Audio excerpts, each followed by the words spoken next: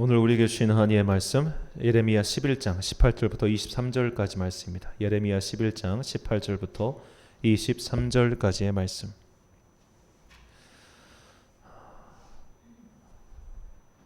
저와 함께 한 절씩 교독하시겠습니다. 여호와께서 내게 알게 하셨으므로 내가 그것을 알았나이다. 그때에 주께서 그들의 행위를 내게 보이셨나이다. 끌려서 도살당하러 가는 순한 어린 양과 같으므로 그들이 나를 해하려고 꾀하기를 우리가 그 나무와 열매를 함께 박멸하자 그를 살아있는 자의 땅에서 끊어서 그의 이름이 다시 기억되지 못하게 하자함을 내가 알지 못하였나이다. 공의로 판단하시며 사람의 마음을 감찰하시는 만군의 여호와여, 나의 원통함을 주께 아뢰었사오니 그들에게 대한 주의 보복을 내가 보리이다 하였더니 여호와께서 아나돗 사람들에 대하여 이와 같이 말씀하시되 그들이 내 생명을 빼앗으려고 찾아 이르기를 너는 여호와의 이름으로 예언하지 말라. 두렵건대 우리 손에 죽을까 하노라 하도다. 그러므로 만군의 여호와께서 이와 같이 말씀하시리니라. 보라, 내가 그들을 벌하리니 청년들은 칼에 죽으며 자녀들은 기근에 죽고 아나돗 사람에게 재앙을 내리니 곧 그들을 벌할 해이니라. 아멘. 악에 맞서는 기도란 제목으로 하나님의 말씀 선포하겠습니다. 자, 우리나라에는 이 공익신고자 보호법이라는 게 있습니다. 이 법은 공익을 보호하기 위해 제보한 사람들을 보호하는 제도로서 이 신고자의 비밀을 보호해주고 또 그가 입은 피해를 권익위가 보상해주며 또한 그 원하는 자들은 경찰들의 보호도 받을 수 있습니다. 자, 이런 제도가 생긴 것은 이 공익을 위해서 신고하는 사람들이 참 피해를 입는 경우가 참 많기 때문입니다. 뭐 대표적인 사건 중 하나가 옛날에 모 항공사의 어떤 직원이 소위 말해 그런 갑질을 폭로했다가 좌천당하고 온갖 그런 직장 내에 괴롭힘을 당했고 결국 퇴사하셨죠. 그런 일들이 세상에서 참 많이 벌어지기 때문에 그 내부 고발자라고 해야 될까요? 그 내부에 벌어지는 그런 일들을 사회적 공익을 위해서 제보하였을 때 그를 보호해주는 제도가 이게 생긴 겁니다. 제가 알기로는 한 10여 년 정도 생긴 지 경과한 것 같은데 지금 총 480개 항목에 대해서 이런 공익신고자, 제보자 보호 제도가 있다고 합니다. 자, 이런 제도가 좀 일찍 생겼으면 좋았을 텐데 이제 불과 10년밖에 안 됐다는 건 그동안 정말 많은 사람들이 소위 직장 내 그런 공동체 내 조직 내에서 희생당하고 억울한 일을 많이 당했다는 의미겠죠. 우리 민족의 역사 가운데 이런 억울한 일이 가장 많이 당한 사람들, 그러니까 즉 의로운 일을 했지만 정의를 위해서 의로운 일을 했지만 가장 많은 피해를 받은 때가 바로 일제강점기가 아닌가 생각합니다. 정말로 많은 사람들이 재산을 버리고 또 독립운동에 뛰어들었고 또 많은 사람들이 목숨을 잃었지만 그런 독립운동가들의 후손이 지금까지 잘 살고 있다는 이야기보다는 사실 일제치하 때 오히려 잘 먹고 잘 살았던 사람들이 제로 해방 이후에 그것들을 고스란히 이어받아서 왔다는 이야기를 우리는 사실 훨씬 더 많이 듣지요. 국가가 혼란하고 사회가 제대로 정비되지 않았을 때 오히려 일제에 협력했던 사람들은 자신의 신분을 잘 세탁했고 오히려 저 만주라든지 해외에서 독립운동을 하는 사람들은 국내로 돌아오지 못하는 그런 안타까운 일들도 많이 일어났습니다. 자, 이것은 비단 나라뿐만 아니라 교회에도 이런 일들이 있었습니다. 이 교회가 일제강점기 때 당했던 대표적인 어떻게 보면 피해 사례, 억압 사례는 바로 신사참배지요. 그리고 신사참배에 대항해서 교회는 많은 피해를 입었습니다. 그리고 우리가 기억하는 대표적인 사람 중 한 명이 바로 주기철 목사님이죠. 이 주기철 목사님이 일제의 신사참배에 반대하다가 순교했다는 이야기를 우리는 참 많이 듣고 있습니다. 그런데 여기서 우리는 한 가지 질문을 해봐야 됩니다. 그렇다면 당시 신사참배 반대하다가 옥고를 치르거나 순교한 사람은 주기철 목사님 뿐일까요? 정확한 숫자는 나와 있지 않습니다만 약 50여 명의 목회자 혹은 성도가 이 당시 신사참배를 반대하다가 옥고로 순교했다고 전해지고 있습니다. 그리고 옥에 갇힌 사람은 300여 명, 옥에 갇힌 사람이 2,000명이 넘고 200여 개 교회가 폐쇄에 당했습니다. 그런데 우리는 거의 주기철만 기억하고 있죠. 왜 그럴까요? 그에 대한 책이 많이 나왔기 때문입니다. 자, 그렇다면 왜 유독 이런 사람들 중에 주기철 목사에 대한 책이 제일 많이 나왔을까요? 그의 후손들이 잘 됐기 때문입니다. 이렇게 신사참배 옥고를 치른 50명 중에 대한민국의 그 훈장을 받은 사람은 주기철 목사밖에 없습니다. 왜 그만 줘야 됩니까? 왜 나머지 사람들 안 줍니까? 그의 후손 주기철 목사님 후손 가운데 국회의원도 나오고 교수도 나오고 특히나 이제 소위 큰 교회 목사님들이 많이 나왔기 때문이에요. 나머지 분들은 정말 그냥 후손들도 별 볼 일 없고 본인들도 그냥 특히나 평신도 가운데 순교하신 분들은 그 이름이나 우리가 기억하겠습니까? 제대로 된 기록도 남아있지 않죠. 자, 이런 거를 볼 때 참 우리는 마음 한켠에 씁쓸한 마음을 지울 수가 없어요. 아, 결국 의로운 일을 해도 성공하려면 결국 좀 다른 게 필요하구나. 소위 말해 백이 필요하고 뭐가 필요하고 이런 거구나. 내가 이 땅에서 아무리 의로운 일을 해도 우리는 제대로 된 보상을 받지 못할 뿐만 아니라 오히려 해를 당할 때가 참 많구나라는 생각을 하게 되죠. 그래서 모난돌이 정 맞는다, 계란으로 바위치기다, 이런 말들을 참 많이 합니다. 그래서 우리는 쉽게 불의와 타협하거나 혹은 불의를 눈 감고 넘어갈 때가 많죠. 자, 오늘 본문의 예레미야도 이와 비슷한 상황에 처해 있었습니다. 예레미야가 어떤 일을 했습니다. 어떤 일을 했는데 그에 대한 반동으로 온 것이 무엇이냐면 그에 대한 살해의 위협이었어요. 본문 21절 말씀입니다. 여호와께서 아나돗 사람들에 대하여 이렇게 말씀하시되 그들이 내 생명을 빼앗으려고 찾아 이르기를 너는 여호와의 이름으로 예언하지 말라 두렵건대 우리 손에 죽을까 하노라 하도다. 자, 이 아나돗 사람들이 예레미야를 위협했습니다. 이 아나돗 사람들이 예레미야를 위협한 첫 번째 이유는 이 본문에 드러나다시피 그가 하나님의 말씀을 선포했기 때문입니다. 어째서 하나님의 말씀을 선포하는데 그를 죽이려고 했는가? 예레미야가 선포한 하나님의 말씀이 유다 민족의 패망이었기 때문이죠. 자기 나라가 이제 바벨론의 손에 의해 혹은 외국의 손에 의해 또 하나님의 손에 의해 멸망당한다는 소식을 들으니까 이 사람들의 마음이 불편했던 겁니다. 그래서 예레미야를 저거 말 못하게 확 없애버려야겠다라는 생각이 들었어요. 그런데 여기서 질문, 왜 아나돗 사람들만 유독 예레미야를 죽이려고 했을까요? 그 멸망의 예언이 아나돗 지방을 멸망시킨다는 말이 아니라 유다 전 지방에 대한 심판의 말씀인데 왜 나머지 동네 사람들은 가만히 있고 아나돗 사람들만 그를 더욱 죽이려고 길길이 날뛰었냐 이거입니다. 자, 여기서 우리는 아나돗 사람들의 살해 위협의 배후를 한번 살펴볼 필요가 있습니다. 이것을 알기 위해서는 우리는 예레미야의 배경이 되는 예레미야 1장 1절과 2절 말씀을 다시 한번 찾아봐야 됩니다. 베냐민 땅 아나돗의 제사장들 중 힐기야의 아들 예레미야의 말이라. 아몬의 아들 유다 왕 요시야가 다스린 지 13년에 여호와의 말씀이 예레미야에게 임하였고, 자, 예레미야는 바로 지금 자기 신을 죽이려고 하는 아나돗 지방의 제사장이었습니다. 자, 요즘 말로 하면 자기 교회 성도가 담임 목사를 죽이려고 하는 거예요. 자, 이런 일이 벌어지게 된 이유가 무엇일까? 도대체 이 담임 목사가 무슨 짓을 했길래 자기 교회 성도가 그를 죽이려고 지금 칼을 들고 쫓아오는 걸까? 자, 이것을 알기 위해서 우리는 성경의 다른 본문, 오늘 예레미야의 활동의 배경이 되는 요시야 왕 때 도대체 무슨 일이 있었는지 한번 살펴볼 필요가 있습니다. 열왕기하 23장 8절과 9절 말씀 세번역 성경으로 제가 읽겠습니다. 그는 유다의 모든 성읍으로부터 모든 제사장을 철수시켜 예루살렘으로 불러들였다. 그리고 게바로부터 브엘세바에 이르기까지 그 제사장들이 제사하던 산당들을 모두 부정하게 하였다. 그리고 이 성읍 성주의 이름을 따서 여호수아의 문이라고 부르는 문이 있었는데 그 문의 어귀에 있는 산당들 곧 그 성문 왼쪽에 있는 산당들을 모두 헐어버렸다.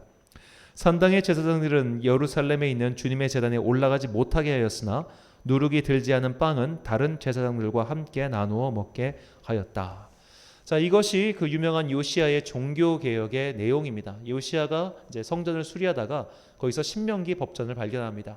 그리고 그 신명기 말씀에 따라 예루살렘 성전을 수복하고 그리고 오직 모든 예배는 예루살렘 성전에서만 드려야 된다라고 못 받고 나머지 지방에서 드리고 있던 모든 산당을 다 없애버린 거예요.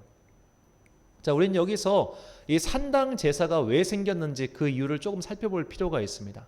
자, 원래는 다들 모여서 성전에서 예배를 드렸어야 됐어요. 하지만 이제는 그 영토가 생기다 보니까 이제 과거의 모세 때 율법, 성막에서 제사를 드리라는 그 율법은 다 같이 한 동네에서 생활을 하다 보니까 그게 지킬 수 있었지만 이제는 각 지방으로 흩어졌잖아요. 뿔뿔이.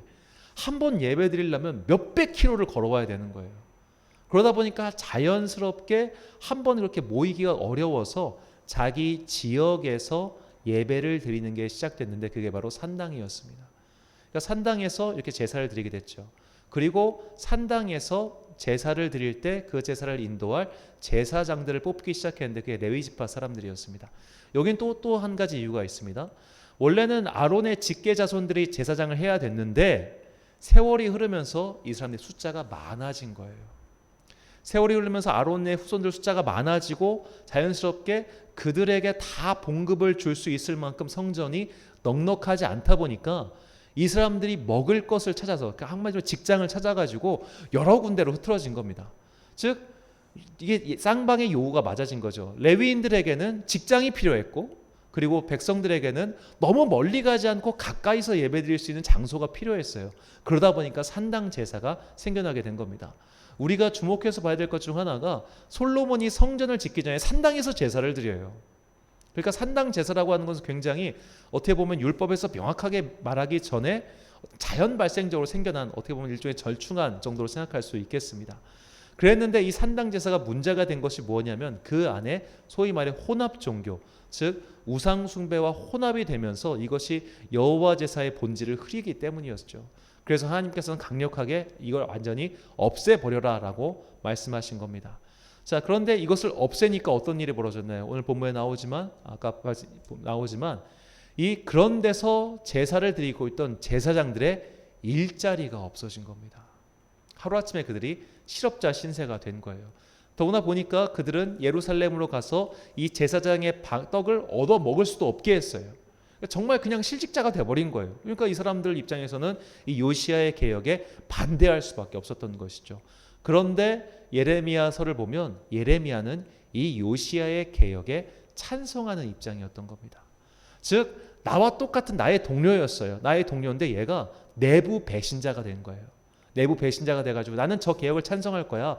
비록 우리의 밥그릇이 없어진다 할지라도 저게 옳은 길이기 때문이야 라고 그 길을 택하여 가니까 그의 과거 동료였던 사람들이 저거 배신자다, 저걸 죽여야겠다 라고 해서 더 강하게 그에게 살해 위협을 한 것이죠.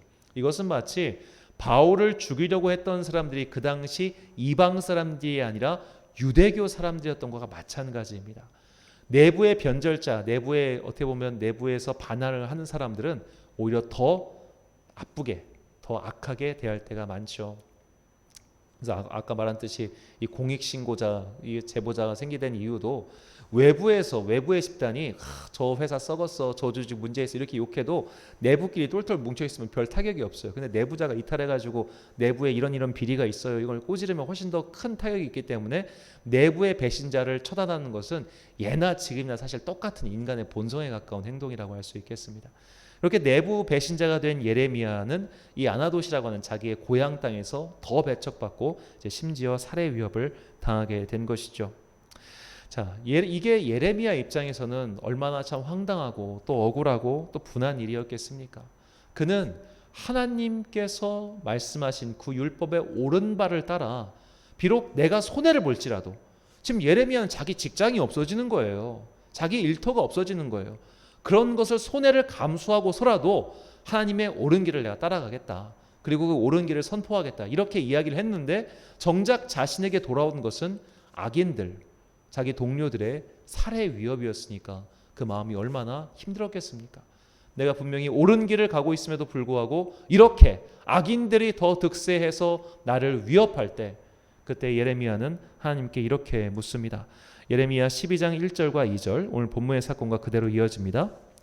여호와여, 내가 주와 변론할 때에는 주께서 의로우시니이다. 그러나 내가 주께 질문하옵나니 악한 자의 길이 형통하며 반역한 자가 다 평안함은 무슨 까닭이니이까?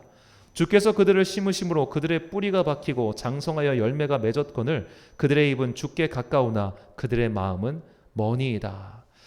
자, 오늘 이 예레미야의 기도는 개인의 기도를 넘어서 우리가 항상 궁금할 수밖에 없는 기도의 근본적인 주제를 건드립니다. 왜 나쁜 놈들이 잘 사냐 이거예요. 왜 나처럼 열심히 주님께 기도하고 최선을 다해서 하나님의 말씀을 따라 살려고 하고, 그리고 최대한 주님의 말씀에 순종하면서 손해보고 양보하고 또 아껴주고 또 절약해서 이웃을 섬기는 데 쓰고, 이런 나는 손해를 보고 진급에도 손해보고 재정적 손해를 보고 심지어는 모함까지 당하는데 왜 저 비겁한 사람들, 저 악한 사람들은 저렇게 세상에서 잘 먹고 잘 사냐 이겁니다. 우리는 이런 거를 볼 때마다 사실 속이 쓰려요. 그리고 나도 저렇게 살아야 되나? 그런 생각 참 많이 듭니다. 저도 지금까지 이제 저는 아무래도 이제 교회 쪽 경험만 많다 보니까 교회에 있다 보면 그런 경우를 참 많이 봅니다. 별로 안 좋은 얘기겠지만 왜 저 사람은 저렇게 잘 될까? 겪어보니까 참 별론데. 참 오히려 막 권세 잡은 자들, 권력자들에게 잘 보이려고 노력하고 없는 사람 무시하고 자신의 보신을 위해서라면 거짓말도 서슴지 않는 왜 저런 사람들은 잘 되고 승승장구하고 오히려 정말 진짜 신실한 목사님들 그런 목사님들은 저렇게 막 어렵게 살까? 제가 이제 개척을 하고 어떻게 보면 물론 많은 교회를 다녀보진 않았습니다만 이 지역 교회 여러 군데 다녀보면 정말 좋은 목사님들이 계시는 거예요. 그런데 그런 목사님들 교회는 다 작아, 다 어려워. 정말 그런 분들 볼 때마다 그런 생각 많이 들죠. 왜 세상은 저런 분들을 몰라봐 줄까? 정말 신실한 목사님인데 정말 좋은 분인데 왜 저렇게 고생하고 어렵게 살아야 되는 걸까? 그런 생각을 참 많이 합니다. 자, 이건 성도의 삶도 마찬가지일 것 같아요. 우리가 조직 내에서 공동체 내에서 옳은 길을 따르면 사람들이 우리를 좋아하냐? 천만에요. 안 좋아해요. 오히려 일반적인 사람들, 그러니까 사실 대다수의 사람들은 금묵자흑이라 쟤도 나와 같이 검은색이길 바래요. 혼자서 잘난 척하지 말고 혼자서 백로인 양 마냥 고고한 척하지 말고 혼자서 독야청청하지 말고 야 수청즉 무어라 물이 깨끗하면 물고기가 못 살아 너 왜 그렇게 살아 너도 나와 같이 이 일을 하자라고 하기를 원해요. 이것은 마치 도둑놈들이 다 같이 집단으로 도둑질하길 바라지 그 중에 한 명이 나도 도둑질 못하겠어 이건 옳지 않아 이렇게 말하는 걸 원치 않은 것과 똑같죠. 마치 이제 뭐 저는 청소년 범죄 전문가들이 아닙니다만 이 청소년들은 항상 모여 다녀죠. 그러니까 걔네들은 홀로 단독자가 못 돼요. 두려워서. 모여 다닐 때 이 모임의 내부 변절자를 얘네들은 정말 용서를 하지 않습니다. 왜냐하면 내부 변절자가 생김으로 뭘 보게 돼요? 내 모습을 보니까. 이건 아닌 것 같아. 이건 옳지 않아. 그렇게 말하는 애 한 명이 생기면 걔로 말미암아 맞아. 나 지금 이거 옳지 않은 행동이지. 양심에 찔리니까 내 양심을 찌르는 그를 놔두질 않는 거죠. 이것은 이미 요한복음 1장에서 예수님께서 말씀하신 바와 같습니다. 세상에 빛이 왔지만 세상이 오히려 그 빛을 피해서 어둠에 더 숨어버리더라 이거예요. 왜냐하면 빛으로 가는 순간 내 본 모습이 드러나니까. 화장이 벗겨지듯 도금이 벗겨지듯 내 실체가 드러나기 때문에 오늘도 이 세상에 악한 사람들은 빛의 길을 걸어가는 우리를 가만 놔두지 않는다는 거예요. 그러다 보니까 빛의 길을 열심히 걸어가는 사람, 그럼에도 불구하고 선한 길을 따라가는 사람들이 이 땅을 살아가는 동안 너무 많은 손해를 보더라는 겁니다. 왜 나는 이렇게 손해를 봐야 돼? 왜 난 이렇게 어려움을 겪어야 돼? 이런 마음이 당연히 들지요. 당연히 들 수밖에 없지요. 그런데 그런 마음이 드는 우리에게 오히려 하나님께서는 이렇게 말씀하세요. 예레미야 12장 5절 말씀 여호와께서 나에게 대답하셨다. 내가 걸어다니는 사람과 함께 달려도 피곤하다면 어떻게 말과 경주를 하겠느냐. 내가 안전한 땅에서 비틀거린다면 요단의 숲에서는 어떻게 하겠느냐. 자, 이 말씀의 뜻이 무엇이냐면 지금 네가 겪고 있는 소위 말해 고통이라고 하는 것은 고작해야 걸어다니는 사람들과 함께 걷는 것 정도야. 지금 네가 당하고 있는 그 살해 위협은 고작 안전한 땅에서 비틀거리는 것 정도야. 오히려 더 큰 환난, 더 큰 고난, 더 큰 어려움이 찾아올 거야라고 말씀하십니다. 왜 악인들이 장성해요? 왜 악인들이 저렇게 힘을 휘둘러요? 왜 악인들 때문에 우리가 이렇게 고통을 당해야 돼요? 이렇게 기도하는 예레미야에게 야, 그것보다 더 큰 악이 찾아올 거야. 그것보다 더 큰 고통이 찾아올 거야. 이렇게 말씀하시는 겁니다. 그러면서 하나님께서는 예레미야 12장 마지막에 이렇게 말씀하시죠. 왜 이 땅에 악이 있을까? 왜 저렇게 악인들이 기승을 떨치고 있을까? 내가 저들을 뿌리채 뽑기 위해서야. 내가 저들을 뿌리채 뽑기 위해서 오히려 지금 저들을 기승을 펼치게 놔둘 거야. 이게 하나님의 말씀이죠. 자, 우리가 잡초를 뽑을 때 잡초가 애매한 길이면 안 잡힙니다. 오히려 그냥 쑥쑥 자라나서야 걔를 잡고 푹 하면 그냥 푹 뽑혀요. 하나님께서는 악을 잡초 뽑듯이 뽑기 위해서 지금 걔네들이 하는 짓을 내버려 두시는 것이죠. 자, 그러나 우리는 이 잡초 때문에 그 밑에서 고통당하고 있어요. 그러나 우리는 이 잡초 때문에 계속해서 아파하고 있어요. 그럼 어떻게 해야 됩니까? 그래서 우리가 궁극적으로 악을 이기기 위해서는 정말 하나님의 말씀을 붙들고 있어야 되죠. 고린도전서 3장 17절 말씀입니다. 선을 행함으로 고난받는 것이 하나님의 뜻일진데 악을 행함으로 고난받는 것보다 나으니라. 자, 우리는 모두 사실 머리로는 알고 있습니다. 예수님께서 이 땅에 다시 오시는 그날까지 이 세상에 악은 없어지지 않아요.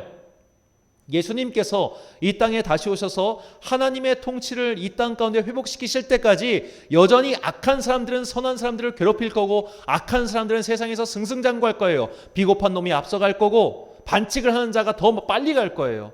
그러나 우리는 하나님의 말씀을 지키느라 손해보게 될 거예요. 억울한 일 많이 당할 거예요. 답답한 일이 계속 생길 거예요. 그러나 이것을 끝까지 견디는 자는 바로 생명의 면류관을 얻는다고 주님께서 말씀하신 겁니다. 요한계시록 2장 10절 말씀 우리가 참 목소리를 읽겠습니다. 시작. 너는 장차 받을 고난을 두려워하지 말라. 볼지어다 마귀가 장차 너희 가운데서 몇 사람을 옥에 던져 시험을 받게 하리니 너희가 10일 동안 환난을 받으리라. 내가 죽도록 충성하라. 그리하면 내가 생명의 관을 내게 주리라. 아멘. 끝까지 선을 행하고 끝까지 이 믿음의 길을 지키고 끝까지 하나님께서 너에게 가라고 하신 그 길을 갈 수 있는 유일한 방법은 나의 마지막에, 그리고 주님께서 이 땅에 오실 때 나의 이 모든 것을 갚아주실 거야. 그분께서 우리에게 생명의 관을 주실 거야. 이 믿음이 없이는 우리는 선한 길 못 갑니다. 의의 길 못 걸어갑니다. 왜? 악한 사람들이 너무 잘 사니까. 비겁한 자들이 너무 승승장구하니까. 그러니까 우리 자꾸만 유혹이 생겨요. 나도 저렇게 할까? 내가 왜 이렇게 해야 되지? 내가 왜 이 길을 가야 되지? 아니야. 나도 저렇게 살고 싶어. 나도 좀 편하게 살자. 나도 좀 살아있는 동안 좋은 것 좀 먹고 좋은 것 좀 입고 좀 적당히 누리다 가자.